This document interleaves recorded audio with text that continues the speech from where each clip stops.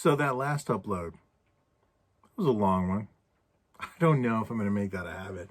I don't really want to. I'm hoping I can keep things shorter and, less story oriented, unless you guys really like it. I've gotten a little bit of feedback on that one. I know it's a long watch, and I apologize for anyone that was like, Jesus, this dude doesn't shut up. I just wanted to tell, my angle. And again, I'm apologizing, but at the same time, I need to learn to stop doing that, right? That's one of the first things they talk about in therapy is don't apologize for the stuff that you're happy that you've done, that's cathartic for you, that as long as it's not hurting anyone else, who cares? And even today, like I had struggled to get some things done. It's been a roller coaster for me. It really has. A lot of times, and even when I've talked to people, I ran across a former colleague of mine from one of the places I'd worked at before, who, when we saw each other at this event, I thought they were still working for our previous employer. Turned out they weren't. And they talked a little bit about having worked freelance, but they didn't like the tumultuous aspect of trying to earn a living and do freelance. So I was like, no, it's understandable. It is stressful. It's not the thing I really like about it. I like the freedom. I like the ability to, if I want to, I can kind of refinagle my hours and go, I'm going to go shopping. I'm going to go get my taxes done. I'm going to do something else. Or I really need a refill for one of my pencils or something. I'm going to go do that now and not have to worry about getting back to a cubicle and office, that sort of thing. That's a freedom you get, but then there's a lot of other uncertainty that comes with it. But if you watched my last video, uncertainty is just the name of the game, being a creative, working in most industries anyway. You just don't know anymore. Economy, whatever.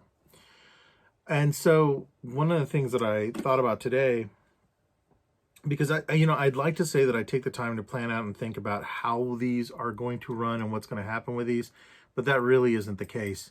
A lot of times I end up finding myself in a circumstance where I'm just trying to think about what I went through during the day and what was in my mind. And, then I thought, okay, I'm just going to put that out here.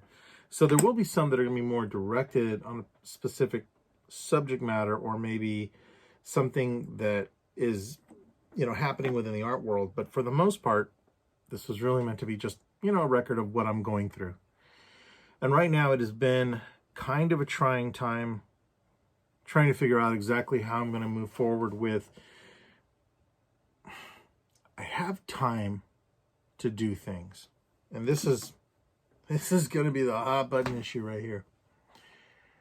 A struggle that I often have people ask me about is, how do you manage to make money and stay freelance or stay a working artist and not have to get either a part-time job or, how do you keep sales going?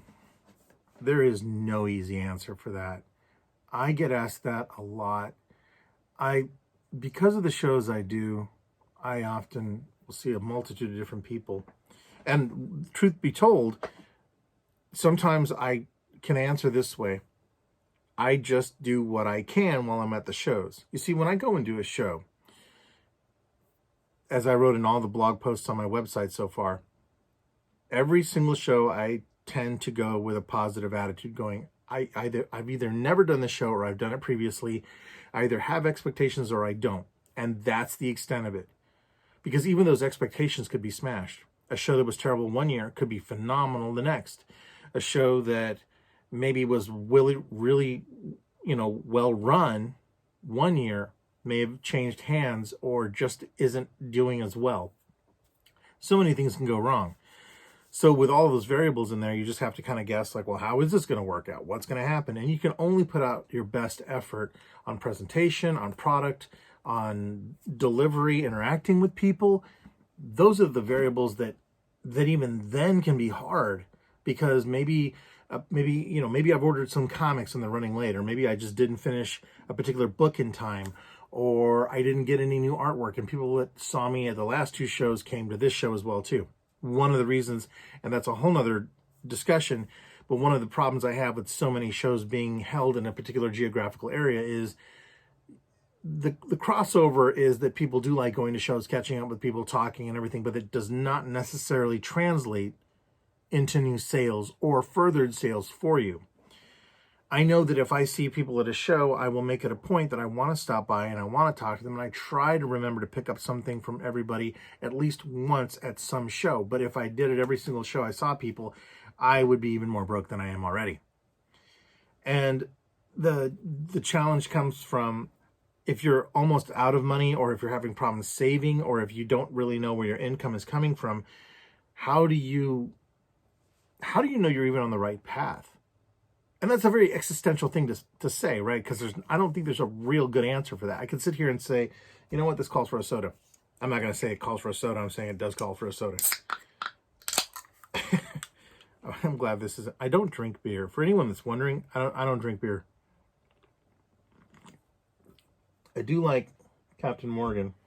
Ooh, big surprise. But I don't like a lot of it. I do like it in eggnog. Anyway, so whenever I'm going through this sort of thing, and like especially right now in complete and totally open book style, I am definitely in a financial rut where I am already looking like, well, how am I going to get the next shows paid for? Savings can only last so long. If freelance work doesn't really meet up to par, then what do? And a lot of people are like, well, you should work and save this and do all those other things. I've been there before. I've had savings. I've made bad calculations. C2E2 this year was a horrible misstep on my part. I lost money to the tune of about $1,700, and that's not taking into consideration that I had 2 shows prior to that and a few other ones that were just, if not as bad as those 3, just completely wrecked my entire financial plan on so many levels. Throw in that, with like, what is it? Not cathartic spending. It's like when you go out and you buy shit because you're just like, I really need this vase because I'm a terrible person. That kind of thing. And so, you mix all that other bullshit in there. I don't know, and just living. Like, I'm feeling down. I'm going to go to the movies or something. Because Lord knows you should still be able to do shit that you enjoy because, we lead only one fucking life on this planet. But a lot of people can often be really critical of that and say, well, you should have saved that money because, the hustle is 24/7. Oh, fuck that. Life is 24/7, and you need to remember to live it. And don't get me wrong. I mean, like, I definitely can go down that route, and I can, put myself in that position and go, okay, this is what I'm doing. As far as art, like I definitely, like right now I've got art right here in front of me right here. I've got art pages I'm working on, same as the last video. And it's a continual, thing that I'm doing right now to get this book done. I've also got blog posts and other stuff I've been working on, other things that I've been trying to mess with and things like that, which has been an interesting thing to go through because it's keeping me busy and it's helping me get stuff done. I have some client work that, is kind of held up right now, waiting on changes and things. So I have to manage my own time in there. But there's always this haunting feeling when I'm doing something. I'm like, I don't know that this book I'm working on is going to pay off. I'm hoping it does. I'm hoping that a lot more comes from it. I'm hoping that people really enjoy it and want to buy it and that the payoff in April or May will be really good for this.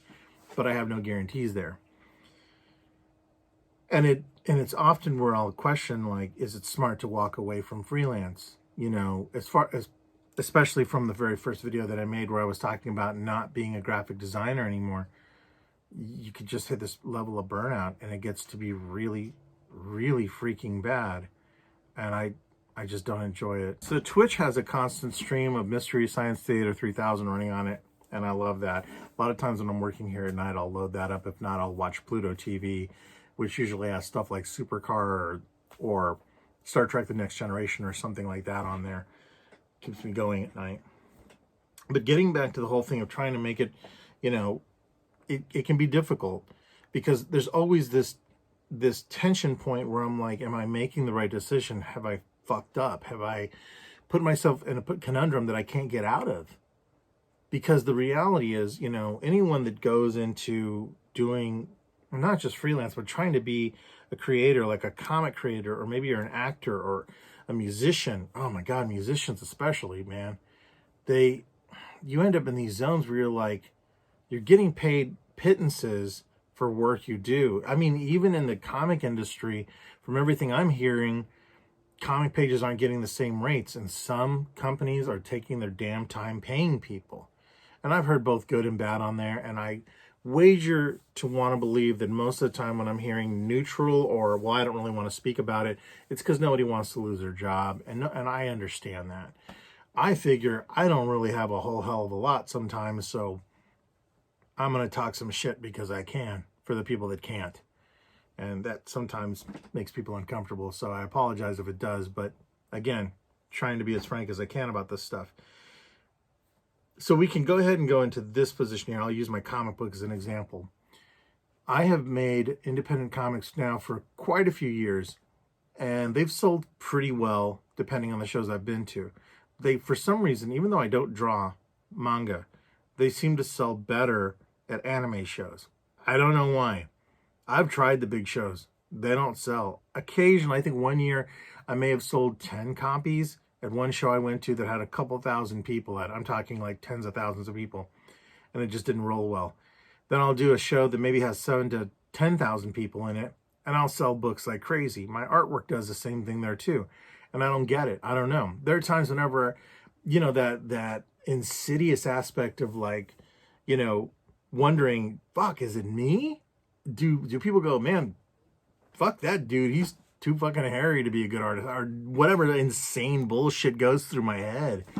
And it's a really weird, it's self-deprecating, and it's horrible because it damages my psyche. I know other people have gone through this. I've talked to other people that are just like, did I dress funny at the show?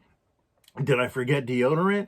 Whatever, right? Like, why were my sales low? Do people just not like me? Why are you meowing? I'm trying to record, man. My cat Radar is talking some shit over here to the side. And then I end up thinking about, like, is my presentation too much? And I've had some real hardcore talks with some artist friends of mine about my presentation, about certain things. And I've actually been surprised. I'm on the fence about talking about specifically what they said because I don't want to really misquote them, and B, I appreciate what they told me, and I agree with a good chunk of what they said and kind of how I've presented myself at shows, and I've learned some things. Like, I am terrible at doing signage at shows, so that costs me sales. I take a long time to create my books, so that can cost me sales because I'm not pumping it out as fast as I should. Dealing with, mental health issues, and just, I'm a slow inker anymore. All this other stuff. And I do everything. I do the writing, I do the inking, the penciling, the layouts, the covers, the publication of it. Everything comes right here. It's out of this fucking room and then shipped off to somebody who does print it. But it's still a lot of work. And I've never been able to successfully work with anyone on books. Not really. I think there's a couple things I've done where I've had writers that submitted some stuff that I worked on, but it's never really worked out. It's whatever, but whatever. It's what it is. But because of that, and because I take on so much for myself, it makes it really hard to try and understand, like, how do I keep a healthy balance with work and life? And then how do I also overcome the fear I have that if I stop, then I'm not going to make any money. But if I'm working on the wrong thing, then I'm not making any money. And that is a weird headspace to be in. When I'm doing these comic pages, I'm not making money right now. The idea of, as many of you who do this sort of thing too, know, it's that the hope is it's going to be down the road. Now, I understand there's tons of people that like jump on there and say, oh, we'll just get a Patreon or get a Ko-Fi or do tips. I actually do have that. My blog now has something like that on there. I'm not a big fan of it. That's a personal thing. I've tipped other people. I've dropped donations. I don't have a problem with that. Yeah, if your content's good and I see that you're working on something really well, yeah, absolutely. I'll support you that way. But there is also this whole facet for myself where I'm like, I don't want that. I want you to buy my book because you liked it. I want you to pick up my artwork because you really were like, this is awesome. And that's a fucking wonderfully rewarding feeling when that happens. It's overwhelming. It's like, it's just like no other feeling. I take that back. There is one other feeling that is similar to it. And it's probably why I'm really focusing on doing content like this. when I was really heavy into doing voice acting, when I was working one of my previous jobs. This is getting old, not being able to say it. Fuck it. So when I was doing stuff there, I would really come alive. It was nice because it reminded me of back when I had really attempted one time being a stand-up comedian. That's one of my early failed chances that I had given myself. Like, I'm gonna go be a stand-up comedian. I'm gonna talk shit up there because, Robin Williams was a huge hero of mine. I'd grown up listening to stuff from him and, Eddie Murphy and a ton of people. And so I thought, well, I want to do that sort of thing. Maybe I've got enough charisma and chuckles or whatever. But I failed at that immediately. I went one night and it was terrible. That I know I've told that story ad nauseum, and there's not a lot to it. It's just bad. But the point is, that's when I failed out on. I was like, okay, well, maybe my calling is somewhere else. Because I like drawing, I like theater, I liked all this other stuff. But I try and, in content creation, this gives me an opportunity to perform in front of the camera. And for anyone that knows me in real life, this is pretty accurate, right? There's elements I don't talk about, I'm not going to hold up a bottle of medication I may take or some shit like that, but you get the gist of it. This is about art. This is what we're talking about. This is about other things I'm going through in life. So this is what we talk about here. And because of that, I realized, well, there's a strength in here. And so whenever, which I think can be applicable toward anyone, what are your strengths and where can you roll forward so that you stay in a positive mindset and you're capable of trying to overcome, or at least work with the challenges that present themselves every step of the way in a lot of circumstances. And what I mean by that is this, which most of you probably already get it, but bear with me. For me personally, if I'm able to successfully get a video out there, even if the views aren't high, even if people don't always react to it, the ability for me to get something out like that means I accomplished something. But it does take away from other things. And the gamble here is that maybe these videos will build in popularity. People will want to watch more of them. And they'll turn into something that will pull the rest of my brand up with it. But I'm not dumb enough to believe that if I just do this, then anyone's going to understand that I do art. This is no shit. And this is nothing against these people.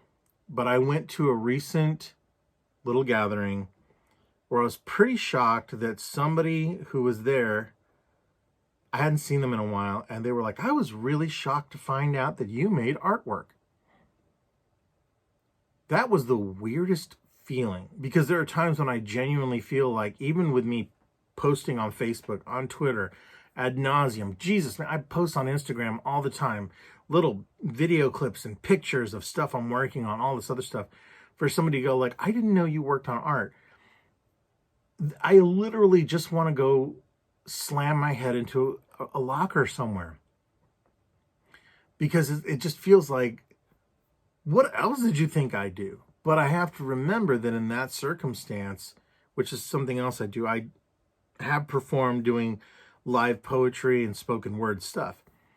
I got known in that circle for that. Although I had done some art shows that they were more than aware of, I ended up with this, not stigma, but this sticker applied to me saying, no, he's a poet, which I am. I am a spoken word performer. I do that stuff. But I realized maybe it is my fault. Maybe I'm diluting things. And getting back to that thing I was talking about earlier with signs was, I know at C2E2 in some shows I've done, there's a reluctance, and for any of you that have done art shows, you might understand what I'm talking about. If you don't have good signage showing exactly what the prices are, even though I don't do that because I hate the cluttered look of it, if you walk into a retail store, you're not going to look at a piece of clothing too long. You're going to, even if you like it, you'll be like, oh, I love this. This is my color. And you look at the tag and there's no price on there. You're like, I'm not fucking buying that. That's like some Kim Kardashian level fucking prices on that. I'm not buying that. So you don't do it. And I think that's a lot of the problem that I ran across, is that every year I end up going back and looking at the things I did wrong, and with a lot of consternation, understanding, well, you've got to fix that and make time for it. And that is one of the most challenging aspects about not just doing freelance, but really trying to be an independent creator, is you have to touch base with everything that you put out there, from presentation to creation, from, the execution of an idea to seeing it all the way through.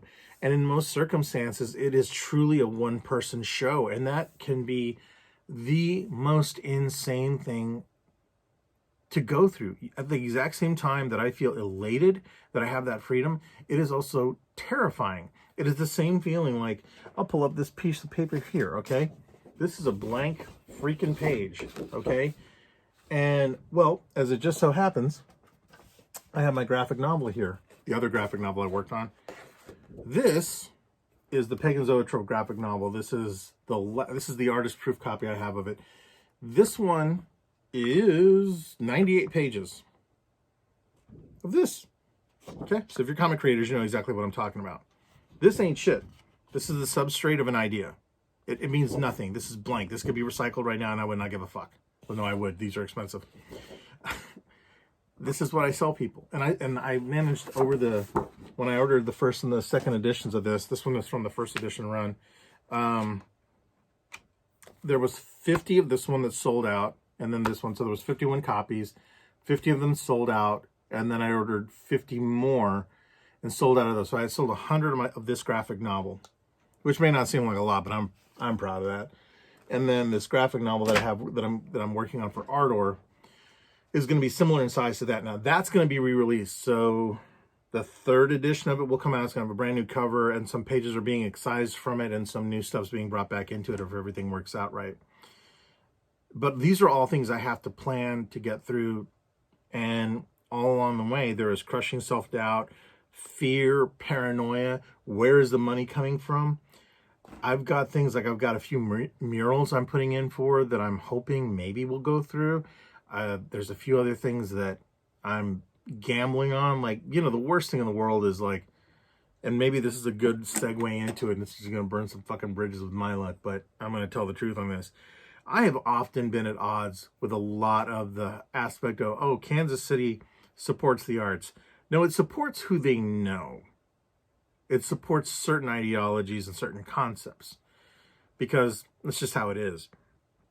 And I'm not going to go into too much detail because, I'll certainly do it face to face, and I'll certainly, if somebody wants more information, I'll certainly email you. I have no problem saying that. I just have a lot of problems putting it in a video because I don't want to make some other artists that I really respect angry, but there's a truth behind this. The fact is that it's extremely hard if your community doesn't support you. And I've seen plenty of my colleagues and friends go through hell trying to get support, trying to get exposure, trying to get anything, never mind paid for their work. And it can be a racket too. If you're signing up for shows and stuff, shows need creators, they need vendors, they need things like that. And they're going to charge you anywhere from $25 to $50 a table, which isn't terrible, to a couple $100, So I'm getting up around $300 to $500 a table. Let's say you're getting out of the convention circuit and you're doing more like, gallery sort of art or, sculptures or things like that, and you're working those shows. When you go to like the Plaza or anything else like that, you're talking $600 to $1,000 for just a 10 by 10 foot area that has some spray painted corners, and you set up the tent and everything else that goes there. And for those of us that do creative shit, we know this, but a lot of the public doesn't realize this, and these are the things that we often have to kind of pull along with us and wonder how the hell we're going to get through this. For me, at least my shows are indoors and I can travel to them and I get a chance to shop and visit and do other stuff like that. But it does become a bit of a gamble to see how far I can push certain things. Now, I'm not about to blame the shows completely for this. I'm not. I am saying that a lot of this is the challenges I'm facing. And I'll be the first one to say I work slow. I work differently than most people. I work alone, and I also have ideas that consistently evolve in ways that make me want to go back and change things. And I have a very George Lucasian kind of way. Is that even a term? Lucasan? A George Lucas or Lucasian? Or George Lucasesque? No, that doesn't sound right, does it? No, it doesn't. I don't know. I don't actually know. Do you know how George Lucas did the special edition? Kind of like that. So I end up doing that sort of thing a lot. And And that's everything from like how I run my website to videos I'll do like this. This is the first time that I've done these in one take, and I'll edit out, I'll clip out certain segments in between, but I don't add anything to it. What I say is what I say. So this one's a bit more meandering, and I apologize for that, but I wanted to touch base on the fact that the main point of this whole subject for this particular video was that you're not alone if you're freaking out about where the money is going to come from or how things will work. And yeah, doing freelance is stressful as shit. And doing your own thing in art is hard as hell. You notice my graphic novel was named Pagan Zoetrope, not Captain America. This is named Ardor. It's not, fucking Superman. So when I go to shows, unfortunately, the thing that mainly sells for me is fan art. And I am not knocking people that do fan art. Far from it. I have some very, very skilled friends that do wonderful fan art. I got a bunch of their work. I've got stickers. I've got all kinds of stuff. I love that stuff. I'm a sucker. If you draw Soundwave or you draw, a Cobra Soldier or just certain specific things I look for, man, I'm all over that. I'm right there and I'm going to buy the hell out of it. That's cool. But the challenge for me has also been something that I've come to terms with, is that because I don't normally draw a lot of this stuff and I don't make an excess of fan art, it's hard to push an original idea out there without coming at it with everything you've got. The good thing was I met quite a few people at C2E2 that did, and my God, were their presentations on point. I'm actually going to do some videos where I show some of the stuff that I got from there, because although the reviews that I did of the shows kind of have a show hall little area where, like I'm hauling, where I picked up books and games and other things that were specifically made by these creators, and they were selling them at their booth, and then their booth setups were wonderful. So I wanted to cover a little bit of that in some future episodes of this, because there is some really freaking inspirational shit out there that for me was like, damn, I could do so much better because I'm phoning it in right now. And there have been enough shows that I've done where I felt like I could have done this a little bit better, but I have to stop. That's another thing. I have to learn to stop beating myself up about what it is. The past is the past. There's nothing I can do to change that. I've been at this for 10 years, really seriously trying to make it in comics, really, really seriously for the last 3 to 4. And I always think to myself, well, if I had been able to do this much more seriously, if I had taken this more seriously, if I hadn't been working at all these places, woulda, coulda, shoulda. The truth is, I didn't. So now I'm here doing this and trying to play catch up. What do you do? What can you do at that point except for just keep moving forward because it's all you got? I don't deal with it well, but the other option is to just quit. I don't want to do that. I don't want to do that at all. I think when all is done and said, the hardest thing for most artists might be believing in ourselves. I know it is for me. Even when I do a show, and I am in my fucking element when I'm at a show, I can talk shit, tell stories, listen to people. I could listen to people tell me stories about their art, what they go through. 99.9% of the time, it's the most entertaining stuff on the planet. Not because it's crazy. It's just wonderful to see people that are that passionate about that stuff. And I genuinely enjoy that. And then there's also the whole facet of learning about new fandoms, learning about somebody really, discovering a book or a series or something, and I find out about it. And then that's really cool too. But then there's also, trading art tips and stuff like that and finding out about all kinds of different things, and getting tips on how to go live, what to do, what software do you use, what are you using on this, how does Procreate work, you name it. And I love that. I've got an opportunity that's coming up with a friend of mine here, and I'm not sure how it's going to play out, but I'm looking forward to it. I'll tell you guys more about it later. If it works out, it'll be really cool and it'll be really nice because I don't do a lot of collaborative works, but I'm really looking forward to this one. And it's going to take some of my time, but I'm going to do it. I made a promise to myself that one of the things I was not going to do was I wasn't going to turn down any real creative capacity ideas if they came along as far as working with people, because I've always shied away from that, being kind of feeling either ostracized from the greater community or just by my own handle, not necessarily anything anyone did. And then also because I tend to work so much on my own that working in a vacuum can really suck. So, I just got the pun. I made myself laugh on camera, and I'm not fucking editing that out. So, yeah. I also noticed I make some stupid ass faces on camera. I don't know why I do that. I just realized that. That is probably the worst thing about doing anything on camera is you realize you do dumbass shit.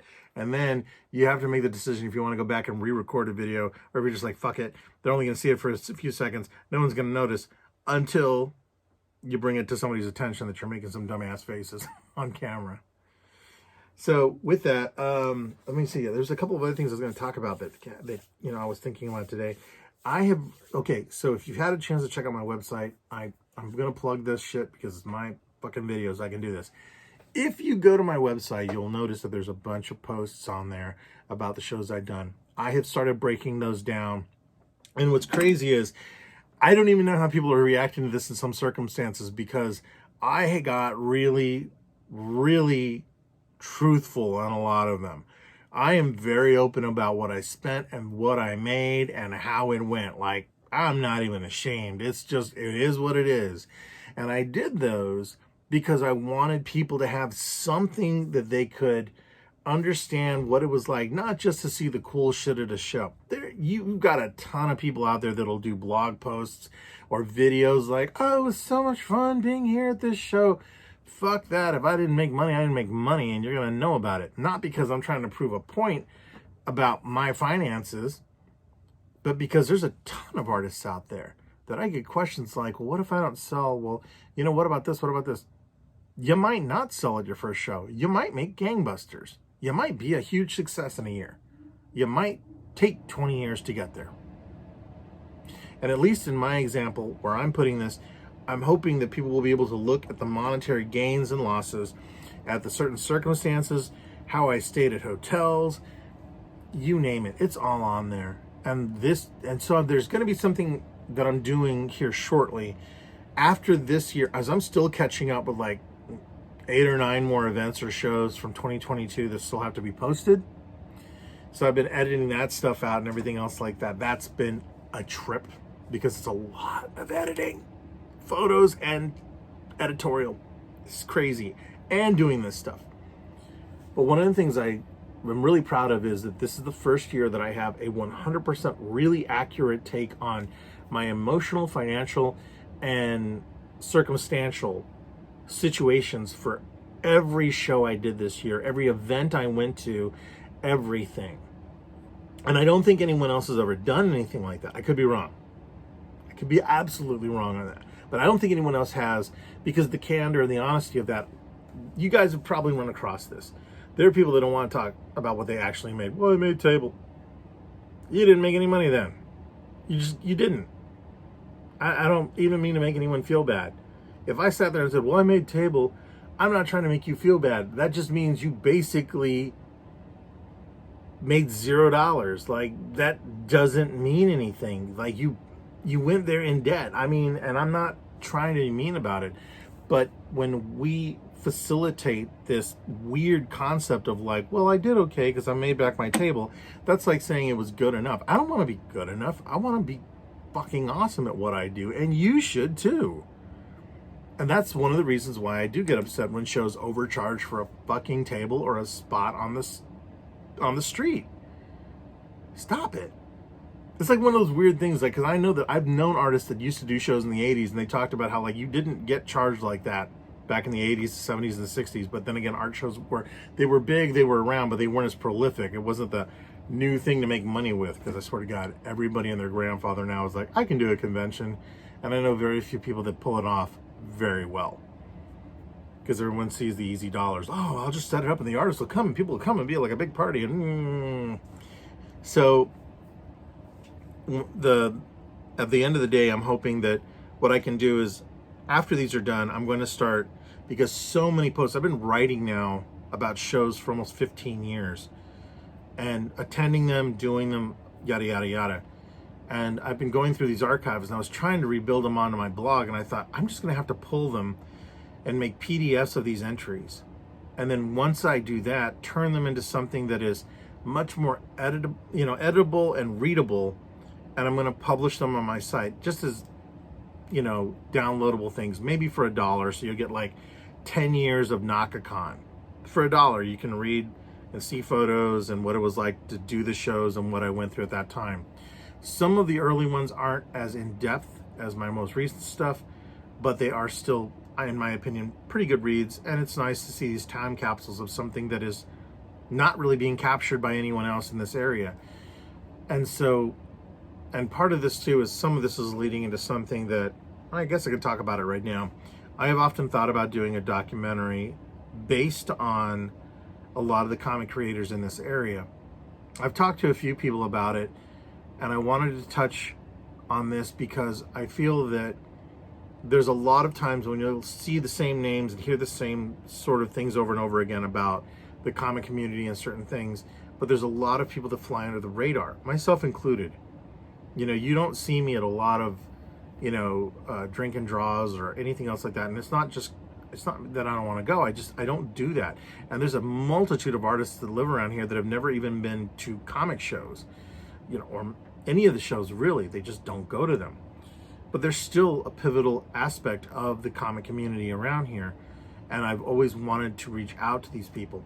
There's once again, there's a whole crap load of ideas I have, and whether or not I get them done, I have no fucking clue if I'll get them done. But the thought is there. Thought counts, right? All right, I'm going to shut up now because this is running 37 minutes. And I'll tell you this real quick. When I uploaded my last one, it was just at 59 minutes, trimmed it down to 57 minutes, 31 seconds. And it took 8 hours for the standard definition one to upload to YouTube, which I was like panicking. So like, I'm going to get this uploaded now. And then the HD one, I think just finished processing 12 hours later. It was ridiculous. And I uploaded my first one in 4K, it didn't even look that great. The lighting wasn't well done, nothing. These are 1080p at like 30 frames per second for you, filmy type people out there. And it's fine. So I'm happy with it. I hope you guys are happy with it. I hope you guys are enjoying this series. I'm going to keep going with it. The goal is 365 days of this. I realize that if I do this and I do, let's just say a minimum of 30 minutes per video, I will have filmed 150 hours of me talking shit by the end of the year. That's got to be good for something, right? See you in the next video.